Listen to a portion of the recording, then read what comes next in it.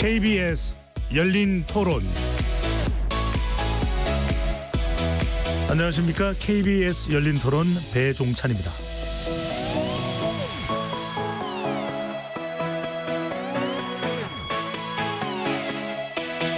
KBS 열린 토론, 오늘은 정치의 재구성으로 여러분들을 만납니다. 여야의 치열한 기싸움에 22대 국회가 야당 단독으로 문을 열었는데, 지난 7일까지 구성해야 하는 원구성 협상은 이미 결렬됐고요. 야당목 상임위원장만 선출하는 반쪽 원구성 수순을 밟는 것 아니냐라는 우려도 나오고 있습니다. 현재 이제 막판 협상이 진행되고 있다고 하는데요. 토론이 진행되는 시간에도 속보가 들어오면 그 소식도 함께 전해드리겠습니다. 전당대회를 앞둔 국민의힘 전대 룰 개정 문제, 이재명 대표 연임을 둘러싼 민주당 내부 움직임 등 당 내부 권력 지형 변화와 관련된 소식도 자세히 짚어보겠습니다. KBS 열린 토론 지금부터 시작합니다. 치열한 토론 속에서 더 나은 세상을 찾아갑니다. 올바른 세상을 만드는 첫걸음. 평일 저녁 7시 20분 KBS 열린 토론.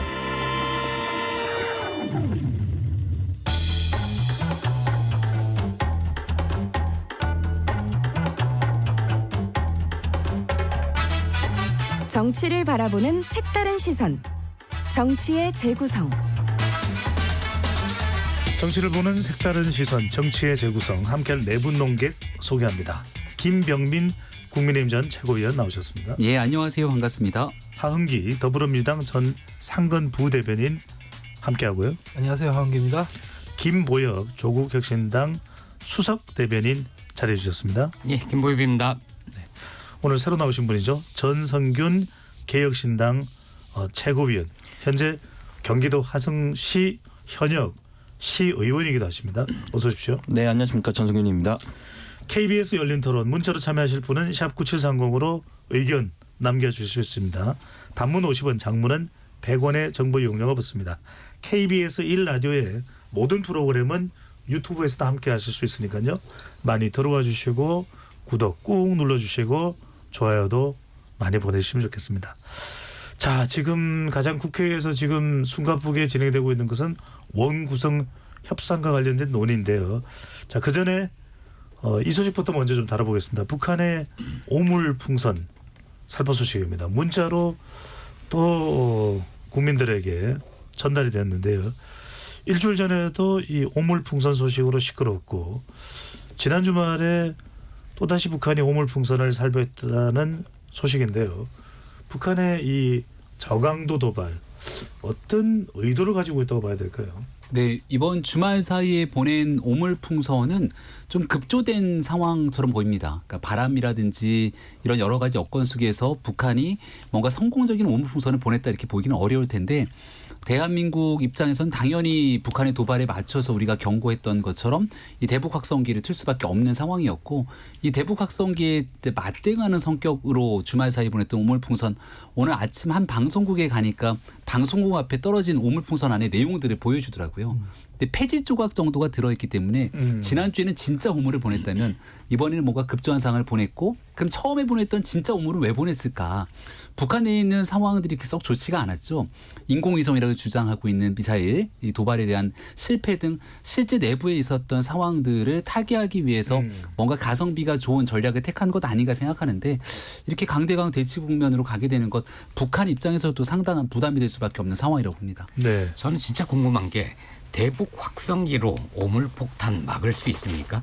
소리로 물질을 막을 수는 없잖아요. 그런데 처음에 정부가 대북 확성기 재개할 수도 있다라는 식으로 얘기를 했을 때 몇몇 언론들도 대북 확성기를 재개하겠다고 하니 오물폭탄 북한이 안 보내기로 했다는 식으로 보도를 했거든요. 기억납니다. 그러니까요. 네. 근데 그건 전혀 인과관계가 없는 거고, 오히려 북의 얘기를 잘 들어보면 북은 대북전단 보내지 않으면 우리는 안 하겠다라는 거였고, 대북전단 재개를 하면 우리는 오물폭탄 보낸다라고 명확하게 얘기를 했어요. 거기서는 다른 해석의 여지가 없습니다. 우리가 오물폭탄을 풍선을 막을 수 있는 거는 대북전단 살포를 막는 게 현실적인 방법이지 대북 확성기 아무리 크게 튼다고 해도 그 전선에 있는 북한 병사들 괴롭겠죠. 근데 그 소리가 평양까지 갑니까? 안 그럴 거란 말이에요. 근데 오물 풍선은 남쪽까지 한참 내려오잖아요. 바람만 잘 타면. 따라서 현명한 해법을 찾아야 된다고 봅니다. 예. 전성균 최고위원은 네. 경기도 화성시면은 오물 풍선이 충분히 닿고도 남을 만한 그런 위치에 있는데 네. 방금 전에 이제 김보엽 수석 대변인은 대북 전단 살포를 안 하는 것이 낫겠다라는 방법을 제시해 주셨는데 어떻게 보시는지요? 그러니까 방금 대변인께서 말씀하셨던 것처럼 어느 정도 소강 상태가 됐는데 사실 더 이상 안 보냈으면은 북한 쪽에서도 안 보냈을 거라고 생각을 하거든요. 그런데 왜 우리 정부가 또 통일부가 왜 탈북민 단체를 그러니까 만난다고는 하지만 왜 제재하지 않은가?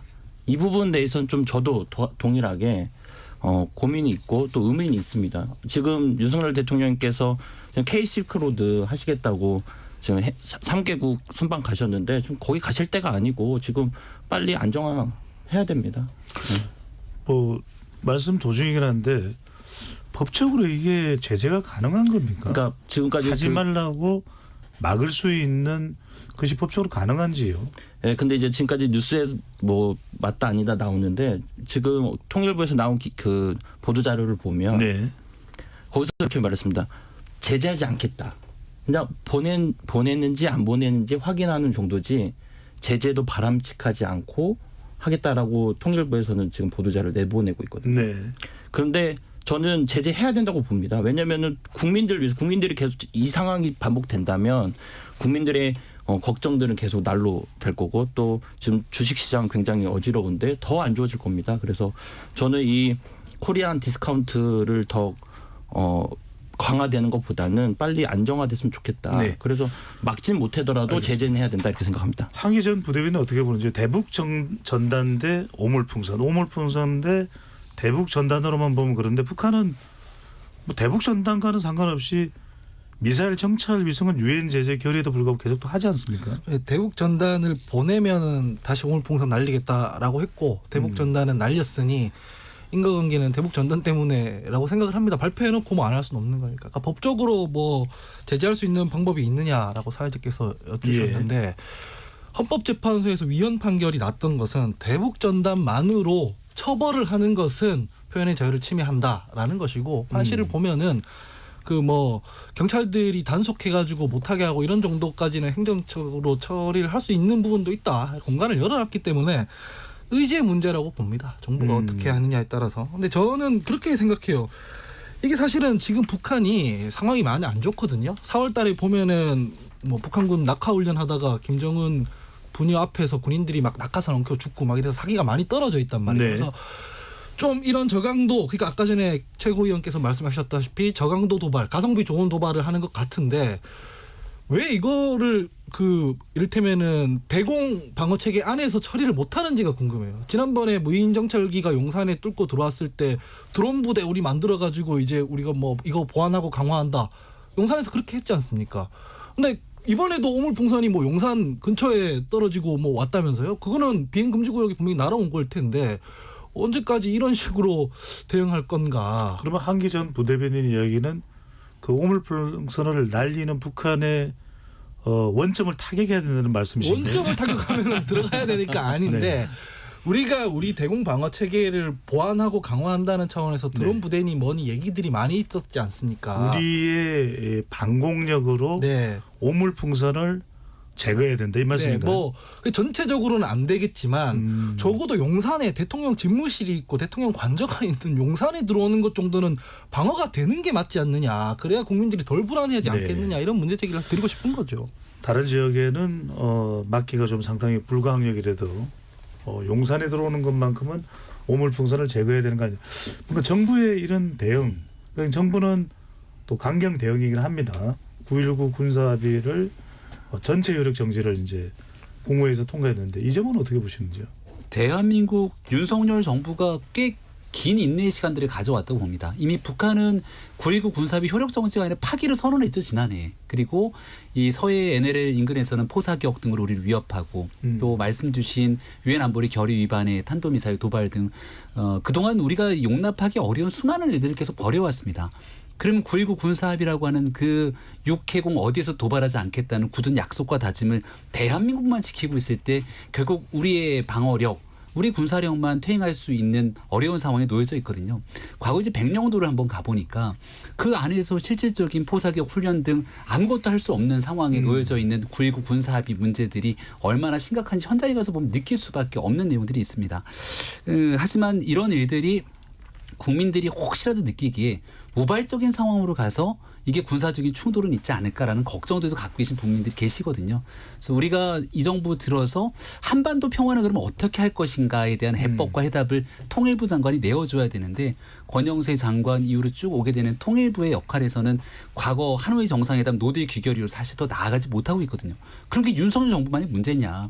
문재인 정부에서도 그 하노이 정상회담 노딜 이후에 쭉 연속 순상에 이어져 왔던 이 난감한 상황들을 과연 어떻게 풀어나갈지 그리고 한 가지 더 만약에 트럼프 대통령이 다시금 이번에 미 대통령이 되고 나면 또 이 미북 관계가 굉장히 급물살에 타게 될 가능성도 있는데 그런 복합적인 상황들에 대한 고려를 그래서 정부가 좀 촘촘하게 해야 된다는 생각을 갖고 있습니다. 김보엽 수석 대변인께 여쭙고 싶은 것은 네. 결국은 이게 비단 오물풍선과 대북 전단만의 문제에 국한되지는 않고 상당히 남북 관계에 경색되어 있는데 풀어나갈 수 있는 좀 근본적인 해법의 시도는 뭐가 될까요? 근본적인 해법을 제가 알고 있으면 좀 알려드릴 텐데 근본적인 해법의 시도는 일단 대화를 해야 됩니다. 왜냐하면 전쟁 중에도 교전 당사국끼리도 대화를 합니다. 그게 외교거든요. 그런데 지금 윤석열 정부는 되게 얄팍한 문장 하나로 남북관계를 정리합니다. 북이 비핵화의 길로 나선다면 엄청난 경제적인 혜택을 주겠다. 이명박 정부 때 이미 실패한 거거든요. 비핵 개방 3천 그 구상은 실패했지 않습니까?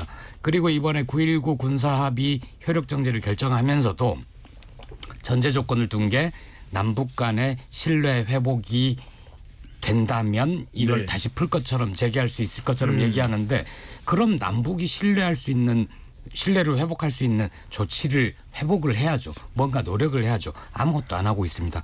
또 하나 사실관계를 바로잡고 싶은 게 헌재에서 그 대북 전단 살포 관련해서 마치 표현의 자유를 존중해야 되기 때문에 막으면 안 된다라는 식으로 왜곡이 돼 있는데 그렇지 않습니다. 헌법재판소는 그 남북관계 발전법에 의해서 이 전단 살포한 사람들을 처벌하는 것 이것은 과하다. 지금 경찰 직무법으로도 처벌을 할 수 있고 못하게 할 수 있는데 그 법으로 과하게 처벌하는 것 그건 문제가 있다라는 거였고 평화통일을 이뤄야 되는 국가 책무를 달성하기 위해서 그리고 긴장고조를 방지하기 위해서는 대북전단 이거 말려야 된다. 제재할 필요가 있다는 데에는 공감을 했었습니다. 네. 전생균 최고위원은 추가적으로 남북관계 관련해서 저는 이제 질문이 있는데요. 저 김병민 최고님이 아까 굉장히 공감 가는 말씀을 해주셨는데 통일부가 촘촘하고 더 디테일하게 해야 된다고 말씀해 주셨는데 지금 하고 있습니다. 제가 이제 친하지 않아가지고 통일부랑 네. 더 잘하실 것 같아서 혹시 들으신 얘기 당연히 대한민국 대통령은 군 통수권자수의 지위와 또 한반도 평화 통일을 달성하기 위한 이중적 지위를 다 함께 갖고 있는데 제가 이 얘기를 드리는 이유는 문재인 정부에서 북한과의 대화를 그리고 북한과의 평화를 이뤄내기 위한 무수히 많은 노력을 아마 역대 정부 중에 가장 고강도로 최고의 노력을 기울였을 겁니다. 근데 2019년 하노이 정상회담이 노딜로 귀결되고 난 뒤에도 수없이 많은 노력을 기울였는데 북한은 응답하지 않았고 우리의 혈세를 들여 만들었던 남북 연락사무소까지 폭발하게 됐죠. 근데 이 와중에서 그럼 북한의 변화가 문재인 정부 수준으로 해도 답이 없는 상황에서 윤석열 정부가 그 이상의 손을 내밀 수는 없는 것 아니겠습니까? 그래서 지금 현재로서는 원칙에 기반하여 그럼 강대강이 맞다? 강대치 국면이라는 것은 우리가 북한이 미사일 한 방을 쐈을 때 여기에 대해서 더 강력한 이 제지 혹은 더 강력한 도발에 대한 대응에 나서게 될 것인데 제가 윤석열 정부가 많이 인내했다는 얘기를 하게 되는 건 북한이 도발한다 해서 거기에 즉각적인 대응을 지금 윤석열 정부가 잘하진 않는다고 저는 봅니다. 하지만 지금 통일부 내에서는 그렇다고 평화 통일의 길에 나서기 위한 뭔가 촘촘한 계획들 이런 것까지 설득력 있는 메시지는 아직 보여주지 못하고 있으니 이런 부분에 대해서는 조금 더 고민이 필요하다는 얘기 드린 거죠. 알겠습니다. 자, 사실 지금 국회에서 제일 중요한 현안은 바로 원구성 협상입니다. 한기 전 부대변인한테 먼저 좀 질문을 드리면 네. 지금 민주당은 국회의장은 이제 더불어민주당 출신이지만 당직은 또 이탈을 한 것이고요. 네. 그다음에 이제 국회 부의장 한 자리, 그다음에 법사위원장, 운영위원장, 그리고 과학기술정보통신위원회죠. 위원장 자리는 일단은 이건 양보할 수 없다. 이렇게 봐야 될까요? 네, 그렇게 봐야 될 것 같고요. 네.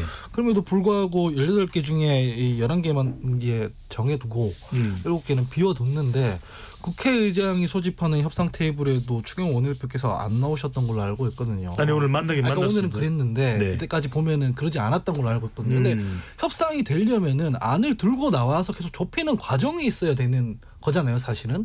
어느 한쪽이 양보를 안 한다고 해서 이거 뭐 all nothing으로 굴면은 협상이 될 수가 없기 때문에. 잠깐만요. 말씀도 중에 죄송한데 민주당은 법사위와 국민의힘은 법사위와 운영위를 네. 다수당이 다 가져갈 수는 없다. 이 안 아닌가요? 그거 아닌 것 같아요. 네네. 그거 아닌 것 같고 제가 개인적으로 생각했을 때는 법사위보다 운영위에 더 신경 쓴다라고 추정을 합니다. 예. 왜냐면 법사위는 야당이 사수하려고 하는 이유가 다수당이 그 소위 입법 폭주를 했을 때 막을 방법이 없으니까 그 안전장치로 가지고 있는 거잖아요. 근데 지금 국민의힘 같은 경우에는 본인들이 협상했던 법조차도 거부권으로 막는데 법사위가 무슨 의미가 있겠습니까? 다만 운영위는 관례상 여당이 가져갔고 여당 원내대표가 겸직했는데 이것까지도 지금 야당이 한다 그러니까 거기에 대해서 받아들일 수 없는 상황이라고 생각하고 운영위원장 만약에 민주당이 가져가면은 걸핏하면 대통령실 인사들 불러가지고 문제 제기하고 그럴 것 같기 때문에 거기에 대해서는 양보가 안 되는 것 같은데 뭐 안 좁혀질 때는 어떻게 하겠습니까? 그래서 다수로 그냥 결정하는 건데 그러니까 최대한 본인들이 많이 건질 수 있는 협상안을 만들어 와야 함에도 불구하고 네. 그렇지 않았다는 점. 그래서 저는 여당의 책임이 더 크다고 봅니다. 예. 김병민 전 최고위원요. 결론을 좀 심하게 내놓고 진행하는 것 같은 느낌을 지우기 어렵죠. 국회의장 선출 과정에서도 추미애 의원이 되지 않고 나서 있었던 민주당의 후폭풍이 어땠는지 다 아실 겁니다. 그러니까 지금 민주당 내에 있는 기류는 압도적인 의석을 갖고 밀어붙여라라는 게 이 당원들의 뜻이다 이렇게 생각하고 국민의힘의 협상의 여지를 내어주지 않겠다는 뜻을 분명히 하고 있죠. 특히 법사위원장 자리에도 정청래 최고위원을 내정시켜서 놓게 됐던 그 함의가 무엇인지 다 아실 거라 봅니다. 여론상으로 봤을 때도 이 법사위 같은 경우가 이화영 부지사에 대한 재판 선고 이후에 민주당이 검사 탄핵 혹은 이재명 대표를 위시로 하고 있는 이 재판 수사 과정이 부당함이 있다고 얘기하면서 특검까지 진행되고 있는 이 일련의 과정들을 다 법사위 내에서 녹여내려고 하는 것 같은데 결국 국민적 여론이 이를 뒤따르지 않을 거라 보고요. 기존에 해왔던 관행들이 어느 정도 있기 때문에 법사위든 운영이든 이 모든 것들을 다 민주당이 독식하겠다고 얘기를 하면 국민의힘 입장에서는 더 이상 대화하고 타협할 수 있는 작은 공간조차 열지 못하고 있다 이렇게 판단할 수밖에 없을 것 같습니다. 그렇다면 나머지 위원장 자리를 가지고서 나누는 것은 국민의힘은 좀 참여하기가 동의하기가 어렵다 이렇게 볼 수 있는데 김보엽 수석 대변인께는 이렇게 좀 여쭤보겠습니다. 네. 또 언론인 출신이시니까 관행적으로 보면 2000년도 그렇고 2012년도 그렇고 뭐 다수당이 또는 집권 여당이 국회의장을 가져가면 법사위원장은 또 다르게 판단하는 관행들이 있었는데 그 이야기는 원식 의장도 했습니다. 그 부분은 어떻게 보시는지요? 그 관행이라는 게 국회가 생긴 이후로 항상 그랬으면 관행인데 그 관행은 그때그때 달랐습니다. 예를 들어서 1988년 총선 13대 총선 이후에 민주화가 된 이후에 의석수에 따라서 여야가 상임위원장을 나누자 이런 관례가 만들어졌고요. 그 이전에는 여당이 전 의석 국회의장 부장을 싹 독식을 했었죠. 네. 그 이후에 바뀐 거고요. 법사위원장을 어느 당이 가져갔느냐도 그때그때 다릅니다. 항상 의장과 반대편 상대되는 당이 가져갔다. 이것도 통계적으로 예외가 있는 네. 그러니까 굳어진 관례는 아니라는 거죠. 자꾸 이렇게 개원할 때마다 싸울 거면 아예 국회법으로 만드는 것도 방법입니다. 그러니까요. 그걸 국회법 만드는 건데 87년 이전 이야기는 우리가 딱히 할 필요는 없을 것 같습니다. 네. 87년 이후만 놓고 볼 때 김보엽 수석 대변인이나 조국혁신당은 지금 원 구성에 대해서 실랑이를 벌이고 있죠. 예. 법사위원장, 운영위원장을 다 가져가겠다. 아니다. 법사위원장, 운영위원장은 하나는 내려놓고 가라. 그 점을 어떻게 보시는지요? 지난주에도 저는 이렇게 될 것 같다라고 말씀드린 게 법사위원장은 민주당이 그리고 운영위원장은 국민의힘이 가져가는 선에서 타협이 되지 않을까 이렇게 조심스럽게 전망을 드린 적이 있습니다.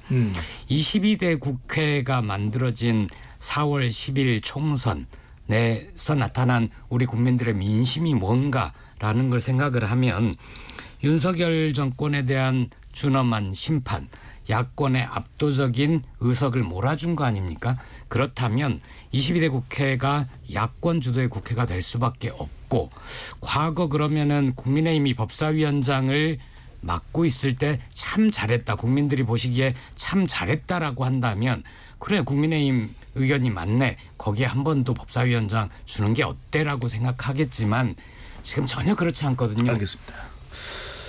전성기훈 개혁신당 최고위원은 네. 어떻게 보시는지 지금 또 일각에서는 다수당이 또 외의 권력을 독식하는 것이 과연 견제와 균형에 합당하냐. 그리고 이제 민주당은 일단 민주당이 가져갈 것으로 예상되는 위원장에 대해서는 명단을 공개를 했습니다. 법사위원장엔 정청래 최고위원, 운영위원장에는 이제 원내대표가 맡았었죠. 박찬대 원내대표. 과방위원장은 최민희 의원입니다. 지난번에 이제 방통위원이 불발되게 됐는데 네. 이런 인선에 대해서는 어떻게 평가를 하시는지요? 그래서 저는 굉장히 책임감을 많이 느낍니다. 현재. 왜냐하면 우리 개혁신당이 이 총선에서 잘해서 조금 더 많은 의석수를 가졌다면 예. 이런 난장판을 국민께 보여드리지 않았을 텐데. 어떤 의미신가요? 아니 지금 민주당은 사실 너무 폭력적입니다. 뭐냐면 제가 음식으로 예를 들어서 좀 약간 죄송하긴 한데 18개 맛있는 메뉴가 있는데 본인들 먹고 싶은 11개만 가져가시고 나머지 7개 고르라고 하는 건데 이거 누가 받겠습니까? 대화가 아니죠. 이건 협치가 아니고 그 메뉴를 잘 서로 얘기도 나누고 너 이거 먹을래 저거 먹을래 같이 얘기도 나누고 그래서 제일 맛있는 거를 정치를 만들어 가지고 국민께 좋은 정치로 보답해야 되는데 그러지 못하는 지금 현실이 지난 총선 때 이미 열심히 했지만 더 열심히 할 걸이라는 아쉬움이 좀 있습니다. 제가 그 민주당 얘기니까 티키타카 하는 예. 차원에서 하나만 반론을 드리면 나머지 7개 상임위원회도 다 중요해요. 그럼요. 운영이 법사위 과방위 다 가져가니까 뭐 입법 독주다? 그러면 21대 국회에는 왜 국민의힘이 과방위 운영이 법사위 다 가져갔습니까? 막판에 다 국민의힘에서 했었어요. 그럼 뭐예요 그거는? 그러니까 찢으면 안 된다. 이거는 누군가가 뭐 나눠서 가져야 된다라는 논리가 성립하려면 본인들도 그럼 운영이 가져갔으니까 야당이 법사위 줬었어야죠. 아니잖아요. 그때 협상력에 따라 다른 것을 마치 이 관행이 굳어져 있으니까 한 당에서 그 3개 다 가져가면은 입법 독주가 아닌 얘기를 하고 있는 겁니다. 그런데 저는 그래도 대화는 필요하다. 지금 대화할 자세가 되지 식당에 들어가서 메뉴는 골라서 네, 먹어야죠. 근데 대화의 자세가 안 돼 있습니다. 민주당은. 그건 다 동의하실 것 같고. 양당이 다 대화 자세가. 그럼요. 양당이 다 안 돼 있죠. 근데 국민들이 보시기에는 다 똑같다. 이렇게 말씀드리겠습니다. 이럴 때 물론 뭐 전에 이제 교섭 단체 구성이 되지 않은 안타까움도 말씀하시면 그래도 3당인데 조국혁신당이 좀 중재 역할을 할 수도 있지 않을까요? 중재 역할을 어떻게 합니까? 힘이 없는데 중재 역할은 저희의 몫이 아니고요. 국회의장단의 몫이 될 겁니다. 네. 하지만 지금 여당에서는 또 국회의장이 민주당과 방향성을 같이 한다고 해서 또 상당히 또 논란이 되고 있기는 합니다. 자, 이 점은 어떻게 봐야 될까요? 김병민 전 최고위원에게 지금 산업통상자원 중소벤처기업위원회 기네요. 네, 산자위입니다. 네.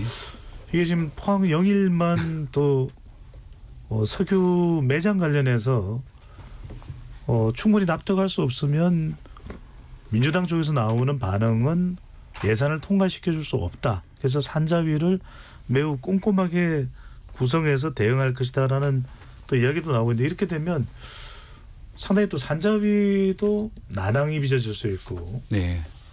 또 의정활동이 다른 쪽도 대치 국면이 커지는데 어떻게 보시는지요? 거의 모든 상임위원회가 사실 민주당이 마음 먹고 정권 심판이라고 하는 프레임에 가두려고 한다면 중요하지 않은 상임위가 없겠죠. 다만 말씀 주신 산자위는 지금 동해 앞바다에 있는 석유, 가스에 관련된 문제 때문에 민주당이 공세 강도를 좀 많이 높이고 있는 것 같습니다. 민주당도 지금은 액트지오사에 관한 문제를 집중 타격을 하고 있는데 그럼에도 불구하고 걱정이 클 것 같아요. 만에 하나의 가능성들이 있는 것이고 원래 이 심해에 있는 가스나 석유에 대한 시추 같은 경우는 가이아나 광구에서도 볼 수 있듯이 계속해서 실패하고 있다가 언젠가 한번 딱 터졌을 때 그게 국가를 완전히 뒤흔들 정도의 상황으로 치닫는 것 아니겠습니까? 지금은 아브레우 박사 개인에 관한 문제에서는 아브레우 박사의 과거 회사에서 있었던 경쟁력 또 가이아나 광구에서 실제 시추를 통해서 발견했던 또 본인의 입증 가능성 이런 것들이 있지만 액트지오라고 하는 회사 자체가 좀 너무 경력도 없고 법인세 문제라든지 1인 회사 아니냐는 지적이 있는데 이 회사에만 집중되고 있거든요. 이제 지금부터 중요하게 판단해야 될 것은 왜 이 회사에서 실제 동해 앞바다에 석유, 가스가 묻혀 있는 가능성을 그렇게 높게 평가했는지 이거 국내에 있는 전문가들과 교차 검증도 가능할 겁니다. 가능하면 네. 국민들께 희망을 줄 수 있는 방법으로 다가서야지 무조건적으로 정쟁으로 이 문제를 끌고 간다면 그건 민주당에게도 큰 도움이 안 될 것 같습니다. 알겠습니다. 액트지오는 조금 이따가 들어가고요. 김보엽 조국혁신당 수석 대변인께는 이걸 좀 여쭤봐야 될 것 같아요. 물론 이제 상당히 이제 야당이 모든 상임위원회를 위원장을 여차지가면 다 가져갈 수 있다는 데 대한 반론도 제기되지만 윤석열 정부의 22대 국회에서 이 국정 운영을 상당히 예산 차원에서는 꼼꼼히 검토해야 된다. 예. 이런 또 근거를 대는 목소리도 나오네요. 상임위를 석유와 관련해서요? 예, 예. 아니면 그러니까 상임위 구성과 관련해서요. 상임위 구성 국회 기본적인 역할 중에 하나가 예산 결산 기능 아닙니까? 네. 제대로 돈 썼는지 결산하고 제대로 꼭 필요한 곳에 효율적으로 쓰려고 예산안을 짰는지 그게 국회의 아주 중요한 기능 중에 하나죠. 당연히 중요합니다. 조국혁신당은 전혀 이번에 상임위원회 위원장은 단 한 곳도 맡을 수는 없는 상황인가요? 저희는 하고 싶습니다. 조국혁신당은 일하고 싶습니다. 네. 그런데 황운하 의원 한 분을 제외하고는 다 초선 의원입니다. 그래서 현실적으로 상임위원장을 맡겨주신다고 해도 저희가 과연 잘할 수 있을까 그런 생각이 들고요. 네. 맡겨만 주신다면 노력해 보겠습니다. 네. 자, 전 최고위원께서는 네. 지금 그렇다면 아까 이제 메뉴를 다 특히 이제 좋은 메뉴를 독식을 하고 나머지 정확히 그렇게 표현은 좋은 메뉴라기보다는 먹고 싶은 메뉴 민주당이 왜냐하면 다 중요한 메뉴니까. 네, 그 취지로 제가 지금 네. 여쭤보고 있는 겁니다. 네. 그래서 그렇다면 개혁신당이나 또 전성균 최고위원 차원에서 볼 때는 어떻게 중재가 되는 것이 지금 원 구성에 좋을 거라고 의견을 가지고 계신지요? 그러니까 제 의견은 사실 의미가 없고요. 이제는 여기까지 온 걸 보면 아마 민주당에서 18개 다 가져갈 겁니다. 왜냐하면은 국민의힘에서는 더 이상 이 11개를 아니 7개를 받을 명분도 정치적인 효과도 없기 때문에 아마 안에서 치열하게 고민할 텐데 뭐 물론 대화에서 잘하면 좋겠지만 현실적으로는 18개를 민주당이 다 가져갈 것이다. 이렇게 전 예상하고 있습니다. 예. 지금 전성균 개혁신당 최고위원도 민주당이 이 절충이 안 될 테니까 다 가져가는 상황이 될 것이다. 근데 이렇게 다 가져갔을 때 후폭풍, 역풍은 염려되지 않을까요? 저는 역풍 안 볼 것 같아요. 국민의힘이 이렇게 장난감 안 사주면은 뭐 아무것도 안 해. 떼쓰듯이 굴고 있는 건데 집권 여당이자 다수당이 18개 상임위 다 가져가는 것은 역풍이 불어요. 너무 강하기 때문에. 근데 국민의힘 같은 경우에는 지금 여당이잖아요. 근데 운영이 법사위 안 가져가면은 국정 운영 못 한다는 수준을 이렇게 얘기하는 게 과연 바람직할까라는 일단 생각을 먼저 해봐야 되는 부분이 있어요. 그리고 아까도 말씀드렸지만 네. 법사위 운영위 과방위 이런 상임위 원장이 있을 때도 그러면 그때는 왜 국정 운영할 때 제대로 된 개혁 법안 같은 걸 못 냈습니까? 본인들이 뭔가를 제대로 해놓고 국회에서 제 기능을 해놓고 저렇게 하면은 국민들이 지지를 해주실 텐데 그게 아니었다는 거죠. 민생 챙기려면은 얼마든지 상임위원장 안 가지고 있어도 여당 입장에서 할 수 있거든요.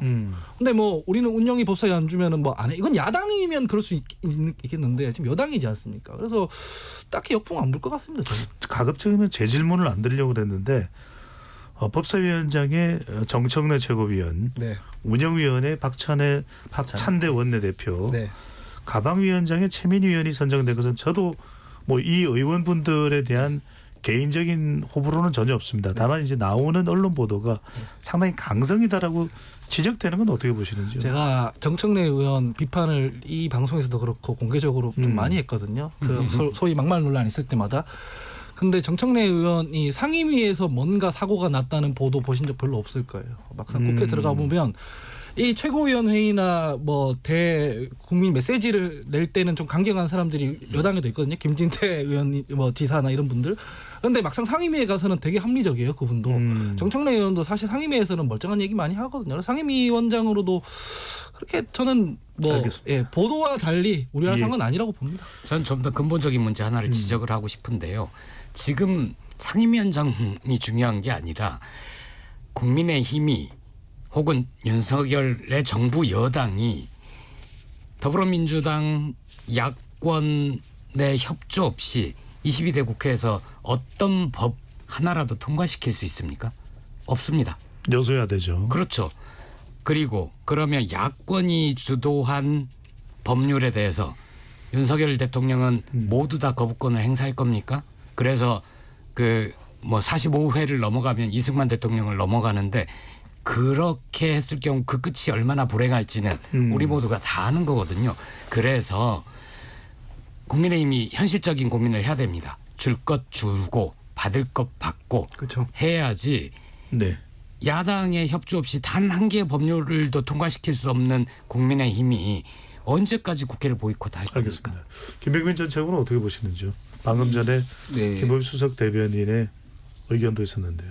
국민들 보시기에는 그게 집권당만의 탓으로 귀결될 것인지 아니면은 여소야대 국면에서 전혀 대화가 완전히 꽉 막혀져 있는 무리한 야당과 또 여기에 대해서 무기력한 여당 전체에 대한 양비론적 접근하실지 보시는 분들마다 판단은 다를 거라 봅니다. 네.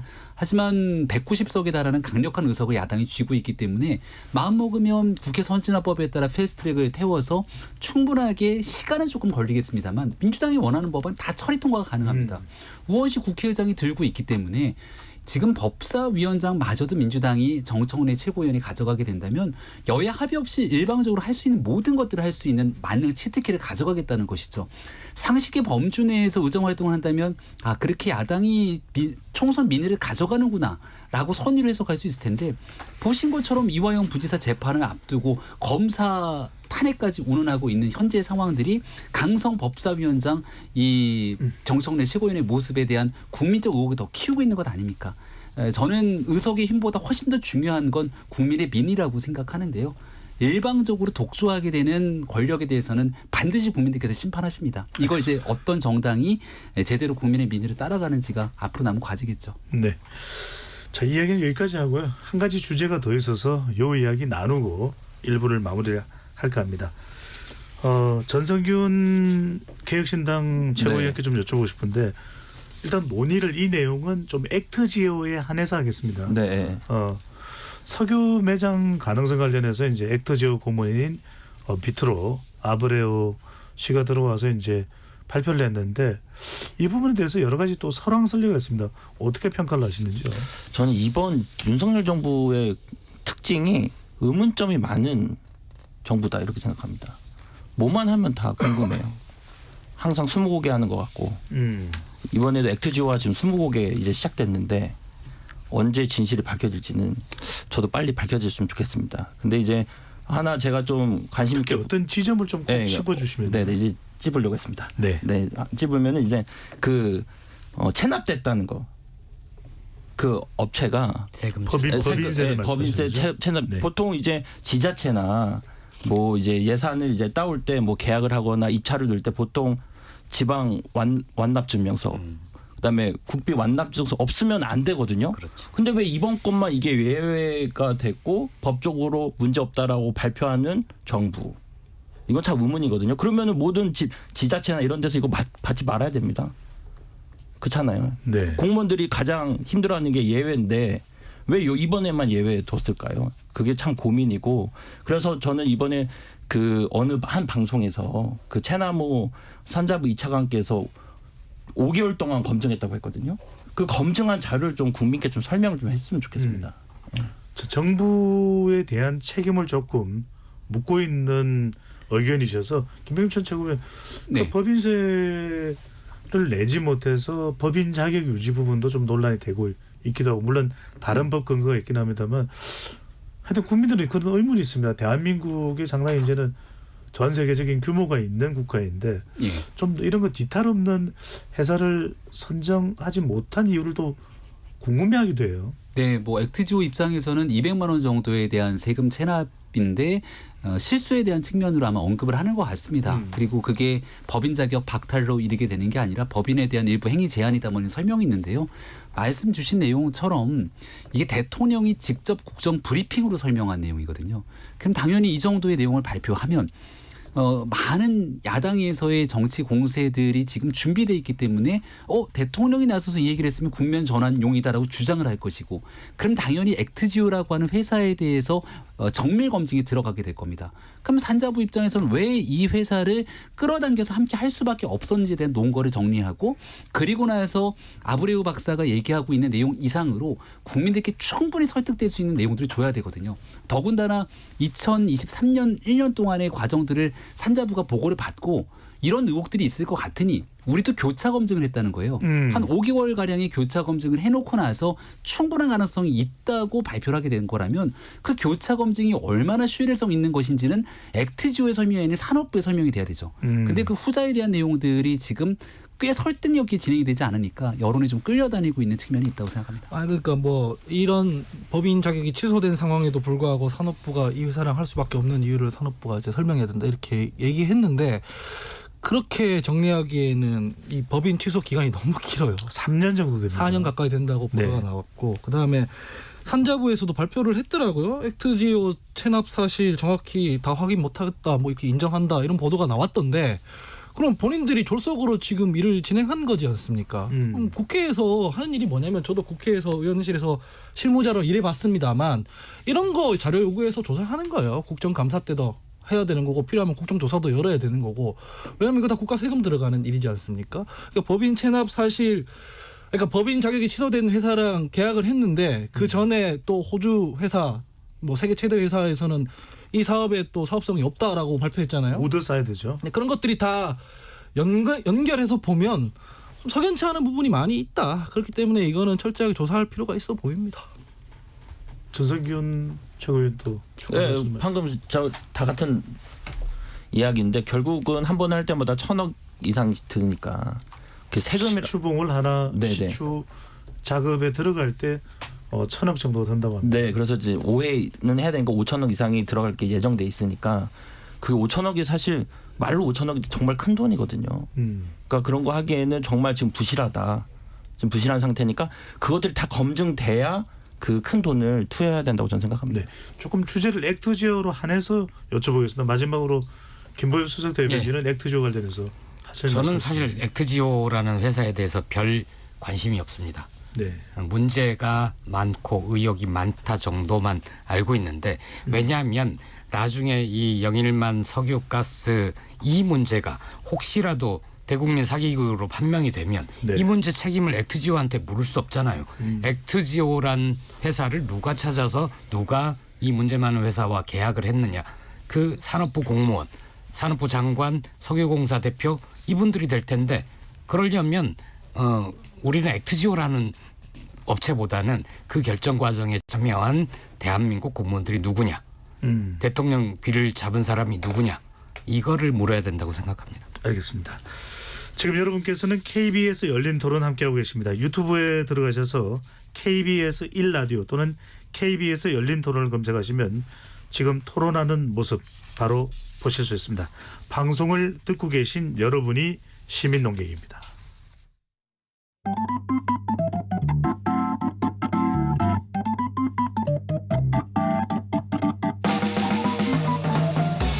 세상을 바꾸는 질문 열린 토론이 시작합니다. KBS 열린 토론은 언제나 열려 있습니다. 단문 50원, 장문 100원의 유료 문자 샵 9730 그리고 KBS 어플리케이션 콩으로 여러분의 의견을 남겨주세요. KBS 열린 토론 정체 재구성 2부 이어가겠습니다. 스튜디오에 하흥기 전 더불어민주당 상근 부대변인, 김보혁 조국혁신당 수석 대변인, 전성균 개혁신당 최고위원, 김병민 국민의힘 전 최고위원 네 분과 함께하고 있습니다. 자, 2부에서는 여야 당권 경쟁 그리고 당헌 당규 변경과 관련된 이야기를 더 구체적으로 해보겠습니다. 먼저 한기 전 네. 부대변인에게 지난주였습니까? 지난주에 7일이죠. 네. 7일입니다. 쌍방울 대북 송금 관련 1심 판결이 이화영 전 경기도 평화부지사에 대해 내려졌는데요. 징역 9년 6개월입니다. 그 외에 과징금이나 벌금 관련된 부분도 있는데요. 자, 국민의힘에서는 이화영 유죄는 곧 이재명 유죄 이렇게 이제 또 공세가 나고 있는데 국민의힘 공세를 떠나서 이화영 전 부지사 1심 판결이 민주당과 이재명 대표에 미치는 영향은 어떻게 해석을 해야 될까요? 아니 뭐 이화영 유죄는 이화영 유죄지 왜 이재명 유죄인지 잘 모르겠고 일단은 그다음에 1심이잖아요. 3심제에 의하면은 아직 재심 남아 있고 대법원 판결도 남아 있기 때문에 좀 더 지켜봐야 될 필요가 있다고 생각하는데 민주당 입장에서는 도리가 없습니다. 그냥 재판 이 판결이 난 날도 아마 이재명 대표가 서초동에 간 걸로 알고 있는데 법원에 간 네. 걸로 알고 있는데 법적 대응 열심히 하고 그럴 수밖에 없다고 저는 생각합니다. 그 판결문 저도 요약된 걸 봤는데 직접적으로 이재명 대표랑 관계 있다는 판결문은 아니었거든요. 네. 지금까지 하던 대로 그냥 다만 지난 21대 있었던 것처럼 방탄 논란에 휩싸일 정도로 모든 당력을 여기에 쏟지 않는다는 전제하에 법적 대응을 잘 할 수밖에 없다 이렇게 봅니다. 네. 김병민 전 최고위원은요? 네, 이재명 대표 처음 이 문제 나왔을 때 검찰의 신작 소설이라고 묘한 표정을 짓고 그리고 난 다음에 했던 얘기가 흥행하지 못할 거라고 얘기했습니다. 그만큼 본인 입장에서는 검찰이 터무니없는 주장이라고 얘기를 했습니다만 사실상 1심 재판부의 판단을 통해서 9년 6개월이면 진짜 중형이 선고된 것이죠. 그리고 이화영이 유죄면 이재명이 유죄다. 지금 이 얘기는 국민의힘에서 나온 얘기이기도 합니다만은 이화영 부지사에 대한 결심 공판 과정 속에서 이화영 부지사의 변호인단이 나와서 이재명 대표를 끌고 들어가지 않았습니까? 그러니까 이런 일련의 과정들을 그리고 재판 결과를 보면 북으로 보내게 됐던 불법 대급 송금 이게 결국 이재명 당시 지사의 방북을 위한 일이라고 하는 결정과 판단들이 있었던 만큼 이재명 대표가 이 문제를 피해갈 수가 없는 형국이 돼버렸다고 보고요. 이화영 부지사에 대한 인사권자는 이재명 대표고 이화영 부지사가 쌍방울 김성태 회장과 같이 함께해서 돈을 주고 북한에 돈을 보내고 이로 인해 가장 큰 수혜를 보게 되는 건 결국은 당시의 경기지사였던 이재명 지사이기 때문에 이제는 검찰의 수사가 이재명 대표 턱밑까지 와서 결국은 그 수사의 끝이 어디로 가게 될지가 국민들의 관심사겠죠. 네. 전성균 최고위원은 또 경기도의 현역 또 시의원이기도 합니다. 네. 이재명 대표가 경기지사였던 시기에도 시의원이었습니까? 그렇지는 않습니다. 그렇진 않습니까? 네. 자, 어쨌거나 이 이화영 전 경기도 평화부지사의 1심 판결에 대해서는 정치적으로는 어떻게 해석을 하시는지요? 일단은 지켜봐야 된다고 생각을 하고 단 칼 것은 점점 가까워지고 있는데 사실 지난 총선과 대선 조금만 기억해 보시면 이재명 민주당 당대표가 금방이라도 들어갈 것 같았는데 사실은 정상적으로 선거 치르지 않았습니까? 물론 방탄도 있었고 그렇지만 그러니까 그 부분에 대해서는 좀 더 지켜봐야 된다 이런 입장입니다. 네. 김보희 수석 대변인님. 예. 전 다른 정당의 이야기라 깊숙이 들여다보거나 그러지는 못했습니다. 그런데 그 대북 송금 관련해서는 등장 인물들이 여럿이 있고 그 중에 한 분이 김성태 전 쌍방울 예. 그룹 회장을 말씀하시는 거죠? 그렇죠. 근데 이분이 대북 송금을 하는데 직접적인 관여를 했는데 이분이 받는 혐의 중에 주가 조작이 있고 그리고 국가정보원이 당시에 낸 보고서를 보면 이 송금은 아무래도 이재명 대표 관련된 거라기보다는 쌍방울에 관련된 회사의 주가 조작을 하기 위한 것 같다라는 보고서가 있었습니다. 그걸 검찰이 가지고 있었어요. 그런데 검찰은 그 보고서는 무시를 하고 이화영 부지사에게 불리할 만한 증거들만 채택을 했죠. 공익의 수호자라기보다는 어느 한 정치 조직의 대변자로서의 역할을 했다. 이런 비판을 피하기 어려울 겁니다. 네. 그 이야기를 장경태 민주당 의원도 했습니다. 예. 왜 국정원 자료는 확인하거나 참고하지 않았냐.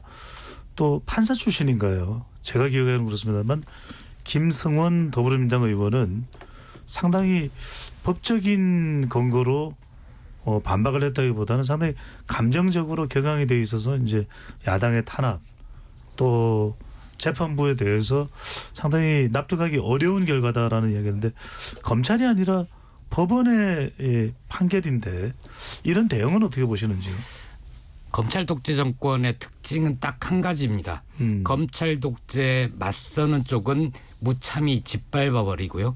검찰 독재 정권에 부역하거나 자기 편이거나 자기 가족이면 눈 감아줍니다.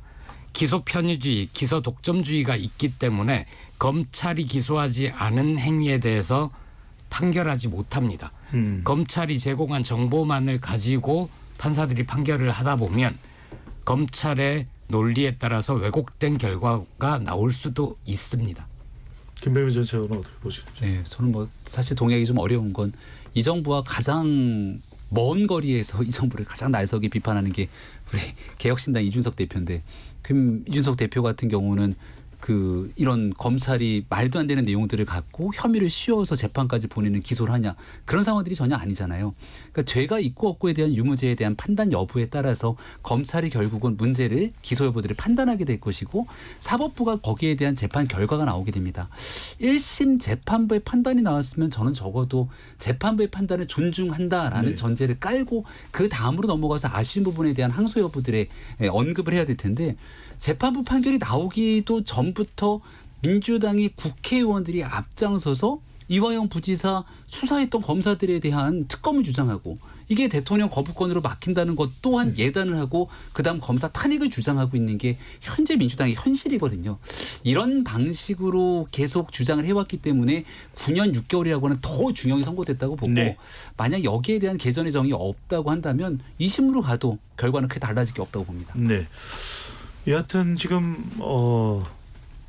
이제 2심을 가더라도 상당히 2심 결과가 어떻게 나올지도 이제 주목되지만 결과적으로는 검찰의 추가 수사를 통해서 칼끝이 이재명 대표를 겨누고 있다. 이런 또 설명이 나오는데요. 아마 추가 기소 바로 했을걸요. 제가 그때 보도해 보니까 법원 판결 나고 났는데 바로 추가 기소했다 하더라고요. 네.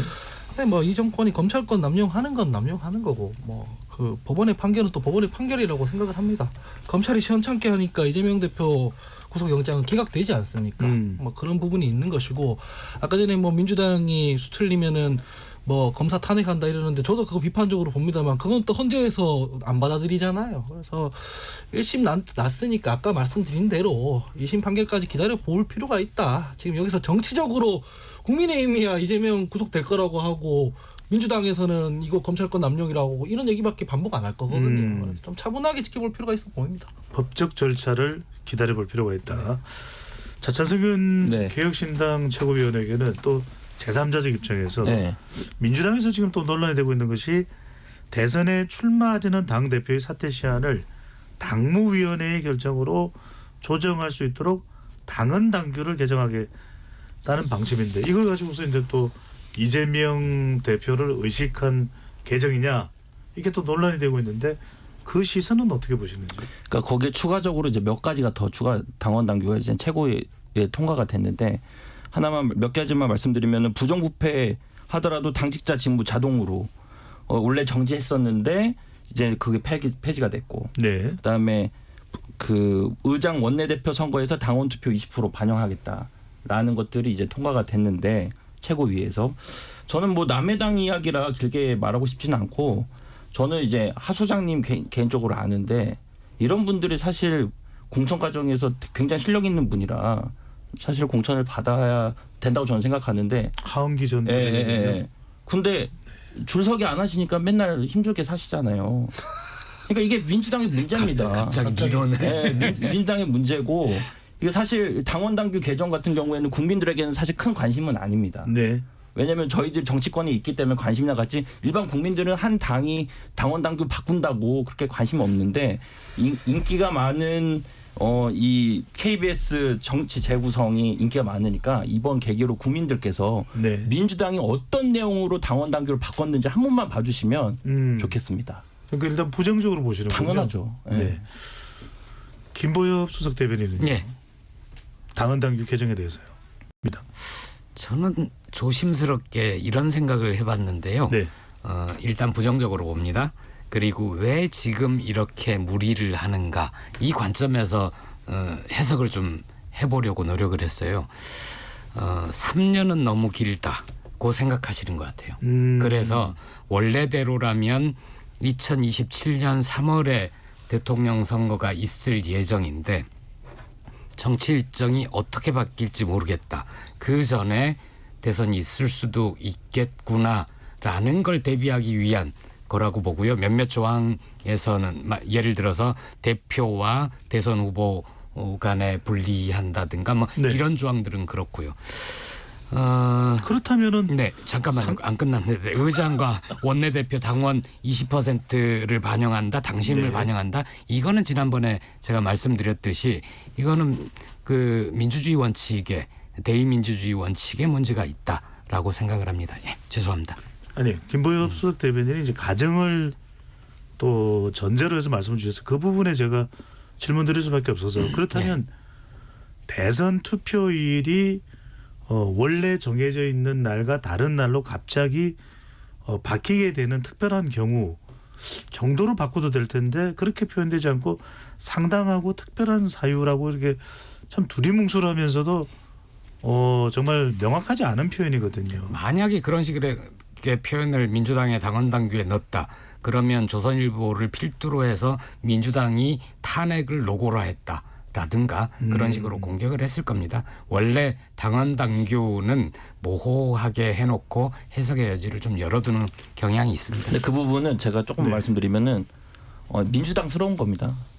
왜냐하면은 그 불체포 특권 포기할 때 앞에 꼭 뭘 넣냐면 정당한 영장 청구 때만 영장 청구 때만 불체포 특권 포기하겠다.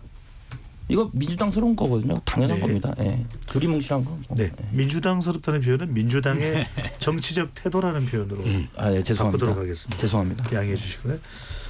자, 이재명 대표 그러면 짧게 여쭤보고 바로 김병민 전 최고위원으로 가겠습니다.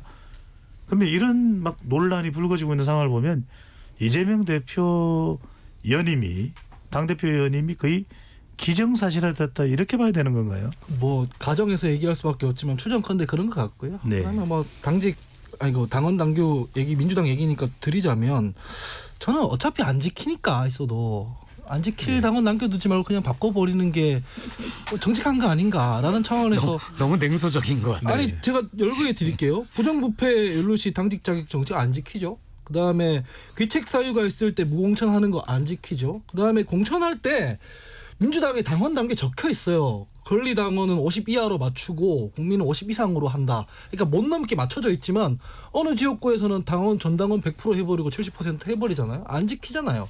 그래서 그런 게 아닌가 싶은 생각이 들어서 현타가 좀 오는데 비판을 하자면 선거법에 왜 선거 출마하기 전에 공직 자격 시한일 적혀 있잖아요. 90일 전에 하도록. 그리고 거기 그 선거법에 맞춰서 우리는 출마를 합니다. 이거 대통령 출마도 마찬가지입니다. 당권 가진 사람이 대권 후보 이 경선할 때 영향 미치지 말라고 있는 게 이 조항인데 이걸 이런 식으로 바꿔놓는 게 말이 됩니까? 아무리 연임을 하고 싶어도 룰에 맞춰서 하는 게 저는 맞다고 생각합니다.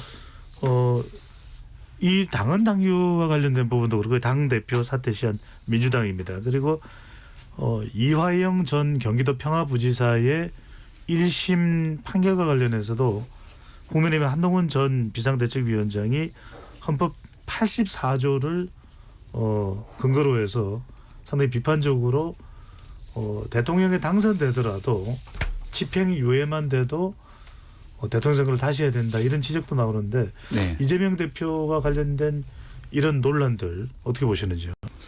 총선이 끝난 올해 4월 달 아마 많은 분들이 이재명 대표가 압승하면서 사법 리스크는 사라진 거 아니야? 라고 생각하셨던 분들도 있지 않을까 싶습니다. 특히 보수층에 있는 많은 분들은 총선이 끝나고 난 다음 굉장히 큰 허탈감 또 굉장히 큰 마음의 그 심리적으로 굉장히 좀 어려움을 겪으셨던 게 야 어떻게 이런 결과가 나올 수 있지? 이재명 대표 사법 리스크에도 불구하고 근데 이런 시기가 좀 지나고 나서 이화영 부지사의 1심 선고가 나오고 나니까 총선에서 민주당이 승리한 것과 이재명 대표의 사법 리스크의 현재 진행형은 별개의 상황이라는 것을 이제 인식하기 시작한 것 같습니다. 지금까지 재판을 받고 있는 건만 한두 건이 아니에요. 근데 여기에 이제 이화영 부지사에 대한 대북 송구건으로 같이 기소가 되게 되면 상당히 많은 혐의들을 받고 재판을 받게 됩니다.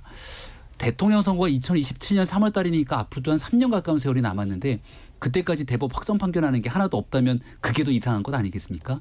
근데 한동훈 위원장이 하고 싶었던 얘기는 그때까지 판결이 안 날 수 있다는 전제를 깔고 얘기한 거거든요. 네. 왜냐하면 지금 정치권에 있는 주요 인물에 대한 재판 결과라는 게 대법원에서 하세월로 끌면은 끌려다니는 거니까. 그러면 만약에 대법의 확정 판결이 안 된 상태에서 선거를 치러서 이재명 대표가 대통령이 됐다고 하면 소추의 대상이 되지 않아서 추가 기소는 안 되더라도 아니 재판은 재판대로 굴러가고 재판 대법원에서 확정되고 나면 중간에 당선되자마자 이거 다시 선거 치러야 되는 기이한 상황이 오게 되는데 이거 감당할 수 있습니까라는 얘기를 하는 거거든요. 네. 제가 장황하게 얘기를 꺼낸 이유는 이런 안 좋았던 여론이 만약 진짜 1심에서 확정이 아니라 1심에서 이재명 대표에 대한 형의 유죄가 선고가 되고 나면 그때는 민주당에서 이재명 대표를 지금처럼 1극 체제라고 인정하겠습니까? 이런 혼란한 상황들을 막기 위해서 본인의 당권들을 끝까지 강화시키려고 하는 게 지금 당원 당규 개정의 핵심이라고 봅니다. 네.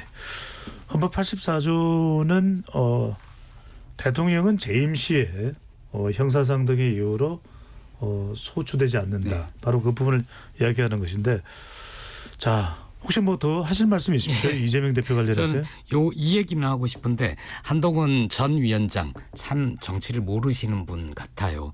그 코끼리는 생각하지 마라는 책도 있지 않습니까? 조지레이 코프입니다. 예, 그러면 이재명 대통령을 떠올리게 하면 안 되거든요. 근데 한동훈 전 위원장이 먼저 이재명이 대통령이 된다면 이런 식의 표현을 쓰지 않습니까? 대단히 문제 있는 것 같고요.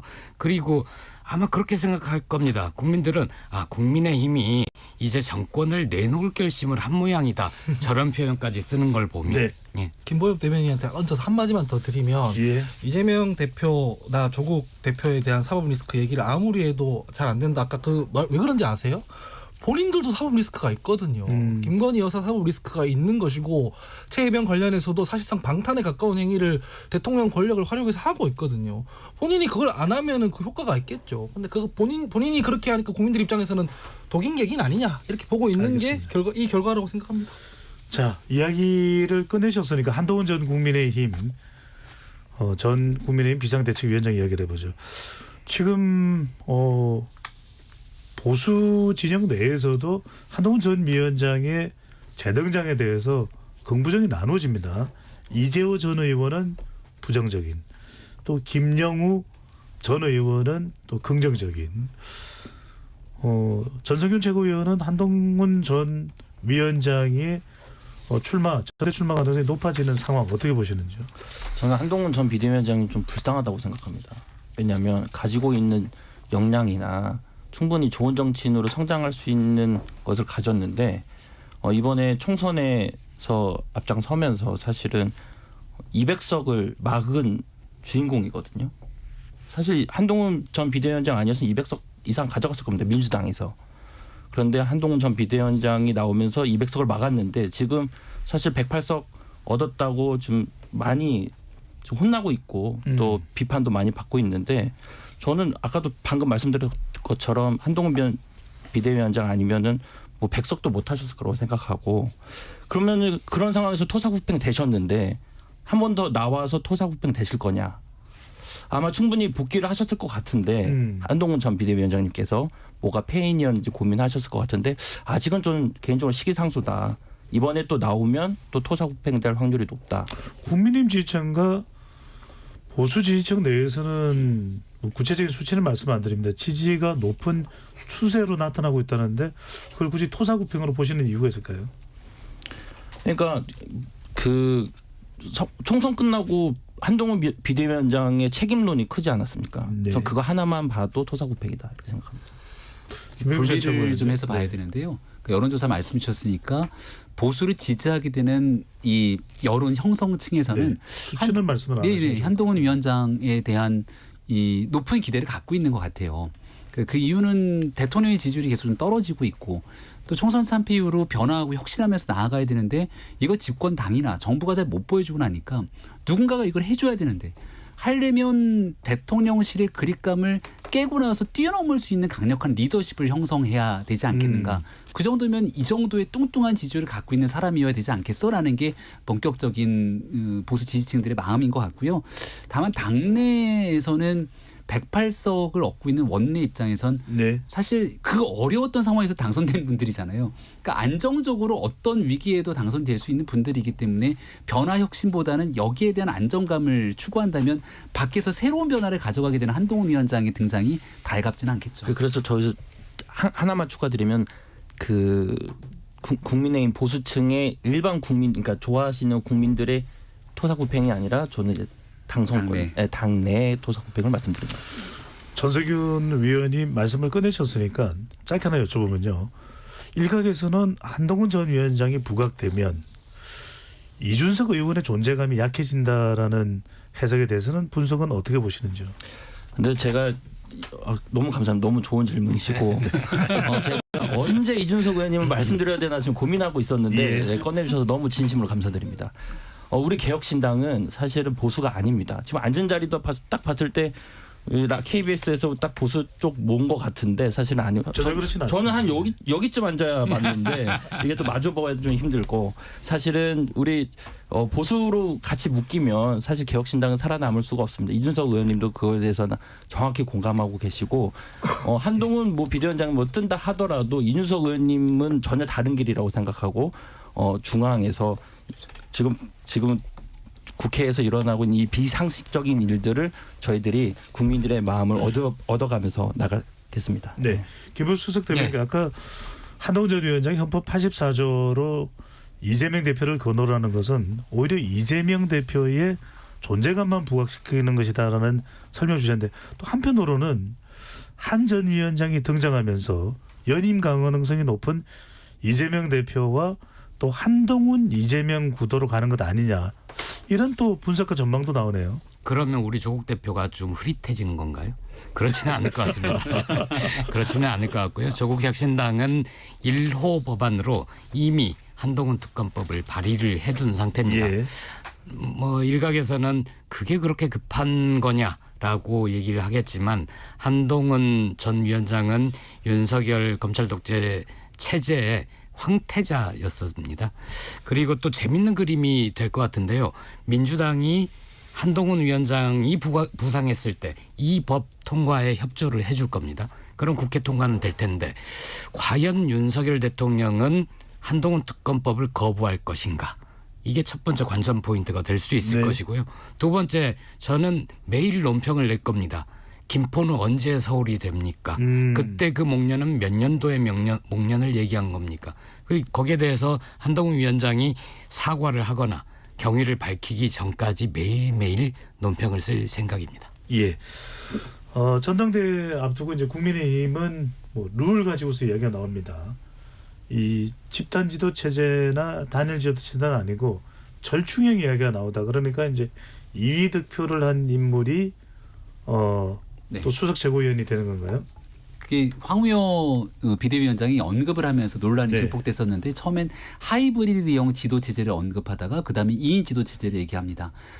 이유는 당대표를 뽑았는데 이게 너무 빠른 시간 안에 2년의 임기를 못 채우고 당대표가 그만두게 되면 갑자기 지도부 거리 상태가 발생하면서 비대위로 넘어가니 이게 너무 당을 혼란스럽게 만드는 것 아니냐. 그러니까 당대표 거리 상황이 되더라도 두 번째로 당선된 사람이 당을 이끌 수 있도록 보험 장치를 마련하자 이런 것 같은데요. 전혀 설득적이지 않고 당내 주장들, 당내 동의를 얻지 못했고요. 우리 당에는 기본적으로 당내 1인자가 당대표고요. 당의 2인자는 원내대표입니다. 당대표 거리상에서는 원내대표가 주도적인 역할을 하고 그 다음에 이제 최고위원들이 남아있을지 말지에 대한 여부들을 결정하게 되는 건데 이런 일들에 대한 보완상을 하면 될 것이지 이제 특정인이 당대표가 될 것 같은 것 때문에 여기에 대해서 브레이크를 거는 차원에서 제도를 자꾸 바꾸려고 네. 하니까 사람을 중심에 놓고 제도를 바꾸려고 하면 우리가 민주당과 무엇이 다르냐라는 얘기들이 나오는 이건 거죠. 아주 짧게 하기만 하겠습니다. 네. 현재로서는 전당대회 국민의힘 당대표로 우리 당원 100%인데 국민 여론조사는 몇 퍼센트 포함되기로 결정이 됐습니까? 이게 곧 나올 건데요. 저는 여론조사는 일부 들어갈 거라고 생각합니다. 그리고 그렇게 진행되고 있는 것 같고요.